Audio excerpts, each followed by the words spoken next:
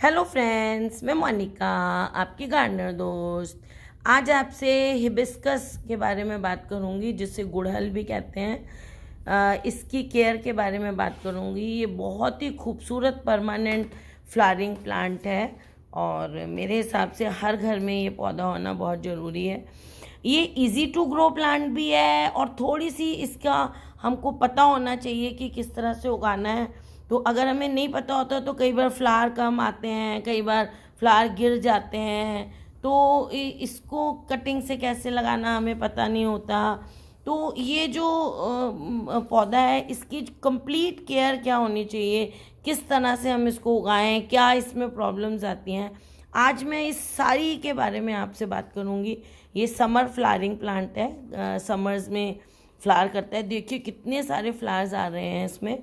और सर्दियाँ इसका डॉर्मेंसी का टाइम होता है। फूल ये गर्मियों में ही ज़्यादा देता है, अक्टूबर नवंबर तक देता रहता है। फरवरी मार्च से इसमें फूल आने शुरू हो जाते हैं और बहुत रंगों में आता है।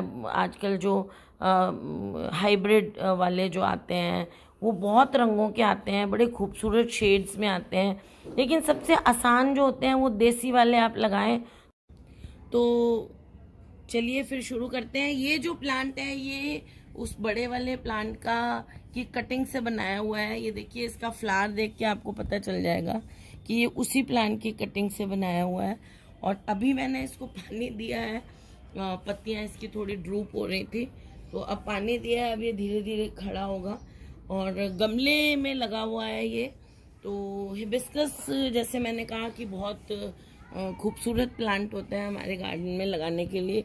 ज़मीन में लगाएं तो केयर कम करनी पड़ती है और गमले में लगाएं तो थोड़ी सी केयर ज़्यादा करनी पड़ती है।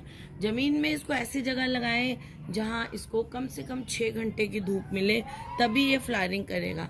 लग तो ये वहाँ भी जाएगा जहाँ धूप 6 घंटे की नहीं है, लेकिन उसमें फूल कम आएंगे। तो आपको अगर मैक्सिमम फूल चाहिए हिबिस्कस में तो उसको ऐसी जगह लगाएं जहाँ 6 घंटे की अच्छी सी धूप मिलती हो।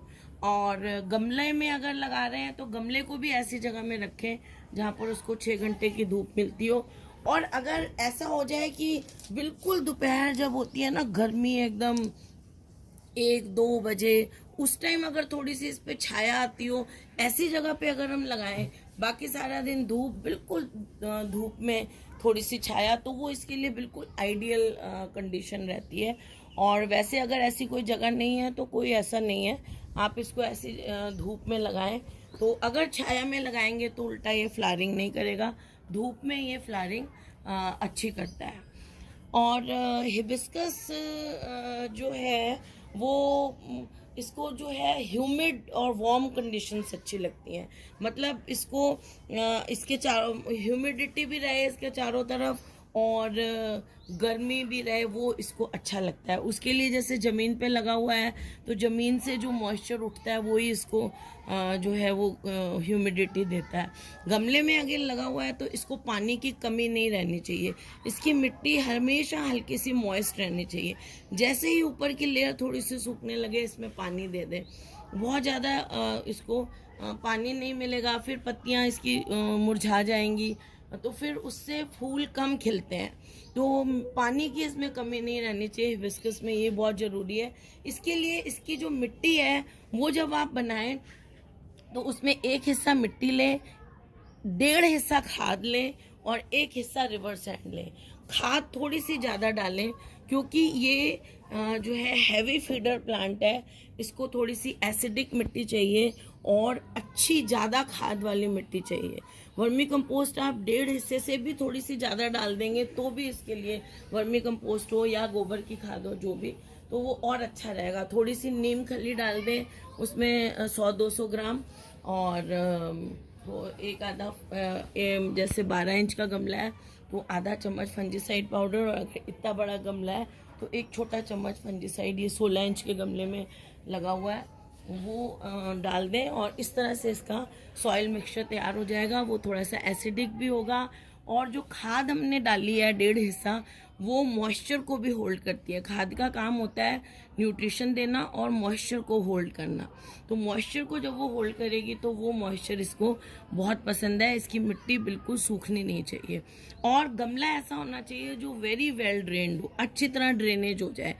मिट्टी में जो खाद जितनी मॉइस्चर को रोकती है ना, जितना नेचर ने खाद में ये कैपेसिटी दी है कि जितना वो मॉइस्चर होल्ड करती है खाद, वो हमारे पौधों के लिए सफिशिएंट है।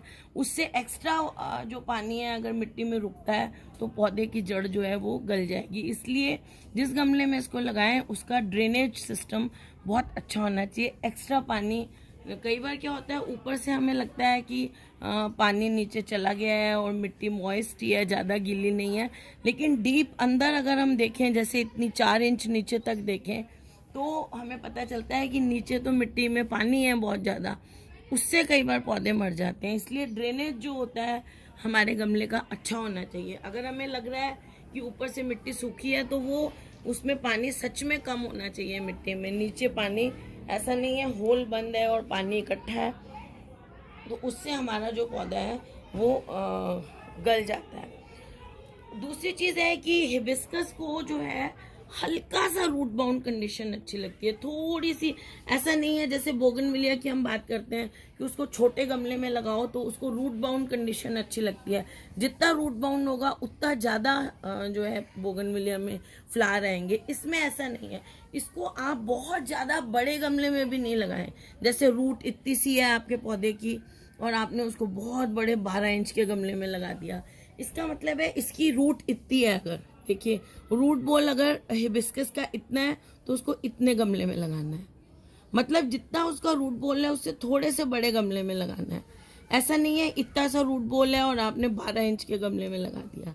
ये कंडीशन इसको पसंद नहीं है, फिर ये फ्लावर नहीं करेगा आपका। इतना रूट बॉल है तो इतने गमले में लगाएं और जब ये 1-1.5 साल में रूट बाउंड हो जाएगा तो फिर अगले थोड़ा सा बड़ा गमले में उसको शिफ्ट कर दें।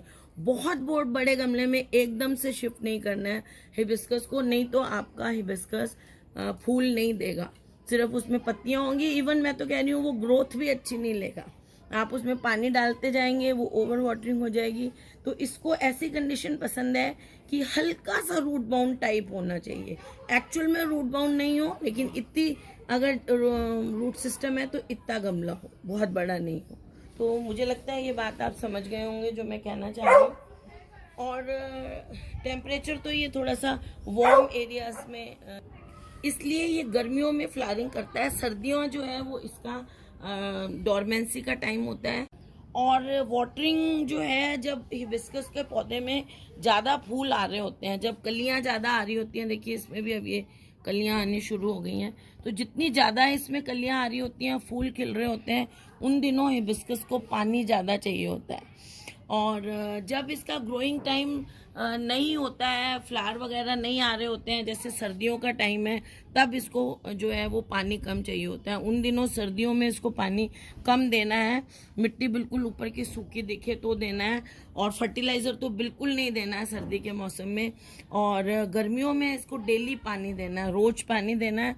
और जब फ्लावर इसमें ज़्यादा आ रहे होते हैं उस टाइम पानी रोज़ देना है, क्योंकि उस टाइम अगर पानी की कमी होगी तो फूल नहीं आएंगे, क्योंकि फूलों को भी पानी मॉइस्चर चाहिए होता है ब्लूम करने के लिए। इसलिए इसको उस टाइम डेली वाटरिंग चाहिए होती है। गर्मी में इसको डेली वाटरिंग चाहिए होती है।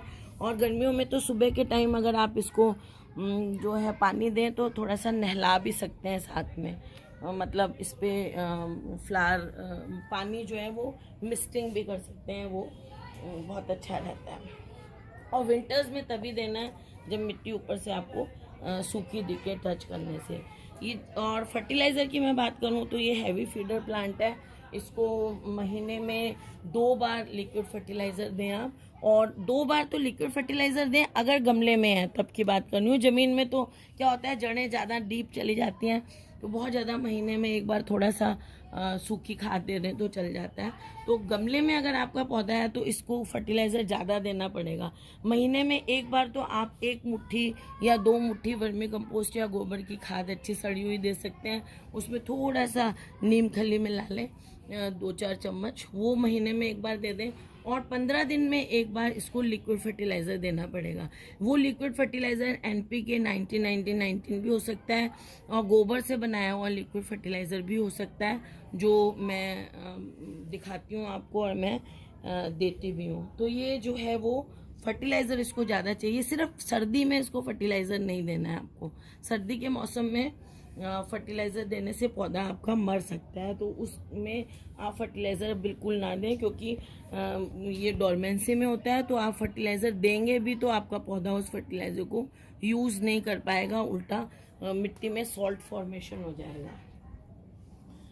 और हिबिस्कस जिनके भी पास होता है, बहुत ज़्यादा प्रॉब्लम ये रहती है हिबिस्कस की कि इसके फूल जो हैं कलियां गिर जाती हैं, और फूल नहीं खिलते उससे पहले कलियां बनती हैं और गिर जाती हैं। तो इसका जो है एक रीज़न ये होता है, कई बार हम बहुत ज़्यादा पानी देते हैं तो भी ऐसे कलियां गिर जाती हैं, कई बार बहुत कम पानी देते हैं तो भी गिर जाती हैं। और थर्ड रीज़न मतलब नेक्स्ट रीज़न ये है कि इसमें बहुत ज़्यादा खाद दे देते हैं प्यार प्यार में हम अपने पौधे को। ज़्यादा खाद देने से ओवर फर्टिलाइजिंग हो जाती है, उससे भी फूल कलियां जो हैं वो गिरने लग जाती हैं। ये तो हो गया न्यूट्रिशन से रिलेटेड चीज़ें, या पानी में देने में जो हम गड़बड़ करते हैं उससे जो प्रॉब्लम आती है वो।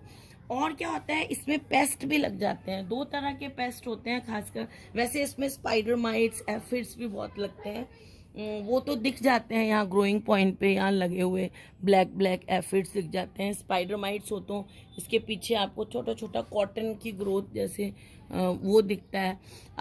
2 तरह के और इंसेक्ट्स होते हैं, जैसे एक तो थ्रिप्स होते हैं, एक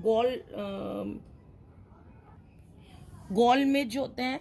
तो ये 2 इंसेक्ट्स होते हैं। ये क्या करते हैं, इनके कली के अंदर घुस जाते हैं और अंदर अंडे दे देते हैं, और अंदर से जो कली के अंदर ही जो लार्वा निकलते हैं वो अंदर से इसको खाना शुरू कर देते हैं। और इस जगह से, यहाँ से, ये जो नीचे है ना स्टेम, खाते खाते यहाँ से कनेक्शन तोड़ देते हैं इस कली का स्टेम के अंदर से। तो पौधे से कनेक्शन टूटने से उसको फूड नहीं मिलता, कुछ नहीं मिलता, और अंदर से वो खाए जा रहे हैं, तो कली पीली पड़ के गिरने लग जाती है। तो वो गिरी हुई कली को अगर आप खोल के देखेंगे किसी हैंड लेंस से, तो आपको अंदर उसके छोटे छोटे लार्वा दिख जाएंगे। तो उसके लिए फिर आप इमिडाक्लोप्रिड मेडिसिन इस पर स्प्रे कर सकते हैं, 1% इसका सोल्यूशन बनाकर। तो ये जो इसकी जो है प्रूनिंग बहुत ज़रूरी है। जितना प्रून करेंगे, ज़्यादा ब्रांचेस निकलेंगे, उतना ही इसमें फ्लावर्स ज़्यादा आएंगे। तो प्रूनिंग एक तो इसकी कर देनी चाहिए सर्दियों जब शुरू होने लगती हैं, क्योंकि वो इसका जो है वो डोरमेंसी का टाइम है। तो प्रूनिंग कर देंगे तो क्या होगा कि इसका भार घट जाएगा। जैसे हमारे सिर में बाल होते हैं, हम काट देते हैं तो हमारे सिर पे से भार हट जाता है थोड़ा सा। तो ऐसे ही ये डोरमेंसी में जाता है, तो हम पौधे को लाइट कर देते हैं प्रून करके। और दूसरी प्रूनिंग इसकी करते हैं सर्दियाँ। अगर आपने वो पहले वाली प्रूनिंग नहीं की है तो दूसरी बार मतलब आप एक, जैसे सर्दी शुरू होने से पहले प्रून आपने नहीं किया है बाई चांस, तो आप फरवरी के शुरुआत में इसकी प्रूनिंग अच्छी से कर दें, क्योंकि ये गर्मियों में देगा अपनी जो पत्तियां नई निकलेंगी, नए फूल, तो फिर इसको उस टाइम प्रून करना अच्छा रहता है। एक चीज़ और कि इसको पोटेशियम रिच फर्टिलाइज़र बहुत अच्छा लगता है। तो केले की जो छिलके वाला फर्टिलाइज़र इसमें आप दें तो ये बहुत अच्छी फ्लावरिंग करता है आपका पौधा। तो पोटेशियम वाला फर्टिलाइज़र जिसमें केले के छिलके का बना के आप इसको महीने में एक बार दें, या 15 दिन में एक बार भी दे सकते हैं। तो जितना देंगे आप उतना अच्छा ये ब्लूम करेगा। महीने में 2 बार तो दे ही दें तो आपका पौधा बहुत अच्छा। लेकिन वो गर्मी में, सर्दी के मौसम में आपको इसको कोई भी फर्टिलाइज़र नहीं देना है, ना केले के छिलके का, ना कोई और। तो फ्रेंड्स, ये हिबिस्कस के बारे में कुछ जानकारियाँ थी जो हमें पता नहीं होती हैं, और हम अपने हिबिस्कस को गंवा देते हैं। तो अगर आपको ये वीडियो अच्छा लगा तो इसे लाइक करिएगा, शेयर करिएगा, और मेरे चैनल को सब्सक्राइब करिएगा। Okay friends, bye.